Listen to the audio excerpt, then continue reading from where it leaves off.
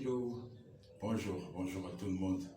Ah ouais, c'est Christian Lema, Cricri de Papa, ah, l'héritier du maître, les gardiens du temple, les gardiens du village. Ah ouais, ah Lilo, Toye Poto Solo là, on va essayer un peu de parler. On va essayer un peu de parler de la Moutia, de Bibala Moutika, parce que là, bientôt c'est le 24. À travers notre chaîne Banamolokai, ouais, des Bobandozamon, Masolo Nabiso.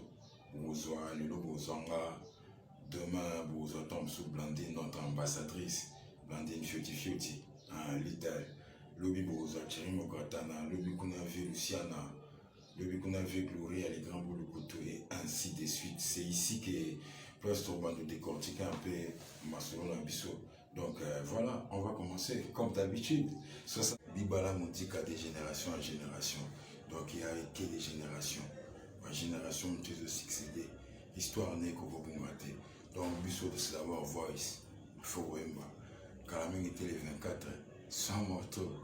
Yebisanga mwana mafifio nalembi koyoka bilobela na bato nga nalembi yeye nakozoka na motema awa yokei ye banzami koloposo ya tovandi na yo iyuyu ya kozongisela ngai motema na nga oya ngai mabanzoro mama ngai yembi na nzembo sake bakoyokanga na nkokatwa na ngai bamoni yo na likolo banjelu babengi yo moninga na ntongo na likolo mpe bandeke bakonzemba na esengo yuyuwe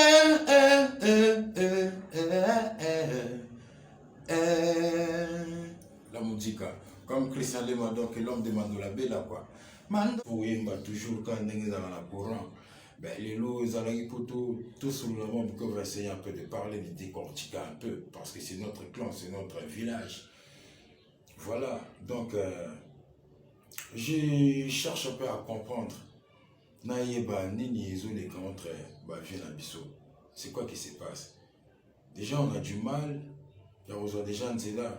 Ben, l'autre, il va dire que voilà, hier, c'était bien, nanani, mais pour l'instant, parce que tout à la télévision, on a parlé, on voit des couleurs, on voit Manini, on voit maison, les cas dans style à danger dans la télé. Mais ce qui se passe dehors, Maramsoum, les Kalibanda, on aura juste quelques minutes au solo là. Je vais interpeller un peu mes vieux. Dans la village Molokai, ouais, certes, vous allez vous poser la question, pourquoi lui là il parle? Parce que des fois aussi, j'ai des coups de fil, pourquoi toi tu parles? Ah, mon vieux, mon vieux Léon Manager. On fait le manager depuis l'on a pissé au Bambote. Il y a Ogi Banga, Ogi Banga et tonton Ikonola. Il y a Mogo Sacré, il y a Sacré Zaza, les vieux notables. Ben, parce que dans un mois on a parlé. En fait, j'ai eu la chance, mère, abotinga, père, abotinga, la mère, comme on a vu pour la musique, cours des grands. C'est là que moi j'avais débuté. Et puis, à mes mains, pas maman, sous comme on a une nouvelle écriture. Et puis, à mes mains, pas maman, sous une nouvelle écriture. Et puis, tu as sous donc une tendance. Dans le temps, on a encore ressenti, on y va. Voilà, tendance. Après, tendance, on va aller Molokai, acoustique. Tout le monde le sait. Voilà, malgré comment il va me voilà. L'histoire, c'est déjà écrit, hein. Donc, on ne change pas l'histoire. Et puis, bon. Et puis, toujours pour ça là. J'ai eu cette chance-là de défiler un peu. Il y a la branche en agneau surtout. Ben, c'est pour cela, on va se dire des trucs, hein. C'est pas mal. Parce qu'il y a ma camusseuse les Kalibanda. À l'heure qu'il est, il a un amour, et vous allez tomber sous l'aïe. Déjà, on n'a pas de papa, on a du mal. Déjà, vous allez, bon, mon corps. Vieux Lucien dans le bi, bon, mon corps. Kaboneza et l'ingité. Ok, au sangande, moupiamwana tina. Ben, jusqu'où ba vie bozo kende na makamboana bozo benda na nango ba tiraillement jusqu'où ngana yemba ki boye ngana sala ki boye nzembo nga mte sala ki succès oya lo ba boye ben on va où là toujours kende wapi tandis que les bandes dans la madame sous ba réalité mususu ezoleka o eza vraiment normal les appeler un solo. Dis-moi un peu que je pose une question, soit je me pose la question, je vous pose aussi. Donc on se pose la question quoi. Mambo tout bateau ça. Ben, les 24 est là. Ben, on a vu le ministre, à Bénicivier, Oazé quoi. Pourquoi bon j'ai sali là où vous êtes, monsieur Google, Maël et l'équipe Belé, peut-être, je sais pas, par rapport à ma Belé, ma BE, les gars qui ont maintenant Sénéchal, les vieux des FAO, repose en paix, voilà. Et puis l'impression avec Kimvuka, Léopard, peut-être un mot sali que non, vas-y, va dossier, va préciser pas, monsieur Google, attends la masolo, mais sauf que, c'est une organisation, nayebi te soki corps moko ala motiki eza wana na kati mpo oyebi yango eza village. C'est vrai vie nanga azalaka na papa Lutumba Simaro toboya te ayaki na ye mais père aza na bandenge na ye moko boye, père aza na ndenge na ye parce que village eza na ndenge nango moko boye fonctionnaka. Si les 24, les 25, les 26, les 27 batondisa bapodium na kati ya Kinshasa, podium mais vous allez bêler. Mais est-ce que place Père Azola là, est-ce que Azo se pèle non?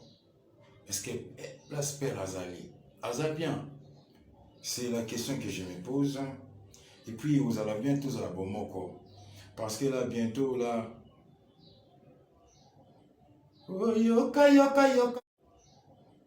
Oh yoka yoka yoka bongongo nanga ko belela. Mélodie à mama natindi libonzara. Oyamba yango yanga maluba moke wana mama naloti na butu na ndoto ina engai na komi mobange baye na salisaka bakomi kozomelanga na chipembeni nazalaki ngai na Ivan Misha tolingo ya bana mapasa tala ekoma lelo yo azweli ngai mbanda yango akota kelasi mpona kofole mibali yeye mpona kofole mibali ye Ivan Misha motema na yo tuchango na pembeni tuchango na pembeni banza mokolo moko basanto na boinganga mwamvula na plene yekobeta ofazi mambu olakaki nga libala ya bolingo ya seko nazongaki na ndako bandoto gloria ya lelo tuchango pembeni nga nakoloba te o nakotala se yo na kitoko na yo lokolo lobaka nanga na mipesi solo na molema mama bino boloba nini botela ye naturele o ya bamama popo nga nayebi ntina te okopeki boni boyeko sofele kumbanga obakanga na vis-a-vis sofele kumbangai obakanga na moloka ye tozamaka mnagere vraiment blague à part Félicien na uza piko vie yaya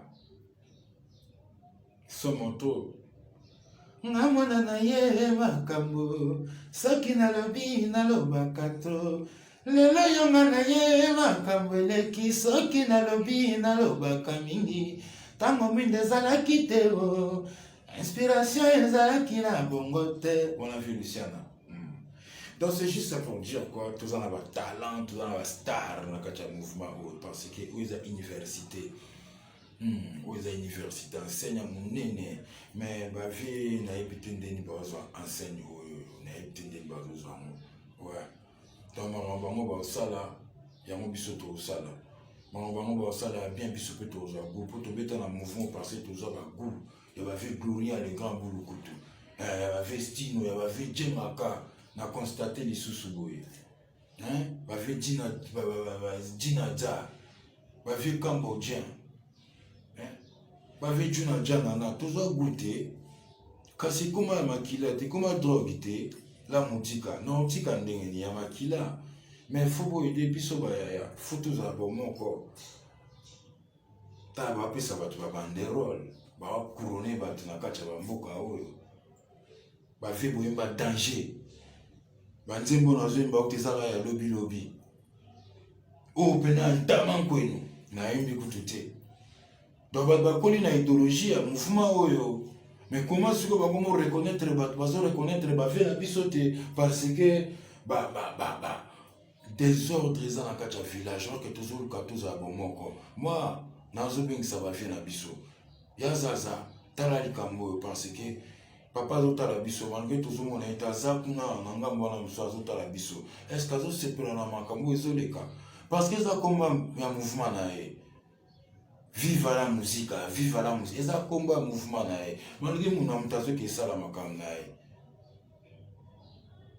Nga na ya te mpona kabulaka vie yo osalaka boye na rapele yo osalaka boye mpo nga nasala na nga mabe te pembe na papa Wemba. Nazala wana, nakoli wana, na vive la musique, na boti pana na nga wana, j'ai passé toute ma vie là-dedans. Et puis je suis toujours en train d'aider. Pour là, ata brique wana toboka côté wana to bambango ciment. Mais surtout à mon côté aussi mbata, oui ba japonais ba oyat. Vie, otambola na bamboka na ba Japan. Barata ba oya, na epte so ba ali so ba kufa. Je crois que na ba succès tout yanda kwa village Molokai. Je crois bien que ma vie faut se réunir. Faut se réunir. C'est très important pour nous. Faut se réunir. Vous êtes encore vivant. Beaucoup qui ne été avec haine. Pour quand il y aura l'autre qui va mourir là, Moussou Soya Bagnoul là. À la TV, c'est bien fin d'un coin pour nous. L'arme à crocodile. Si vous venez maintenant, il faut pouvoir moi. Il nous reste combien de temps à vivre? Surtout, voilà, parce que il nous reste combien de temps à vivre? Bon, ma bé, Tina la monnaie. Même écoute, c'est Google, écoute donc, nous avons toujours comment vivre parce que ça n'est pas bien. Il y a un bagage sur la langue, tu n'as qu'à toujours Satan sur la langue Zambé.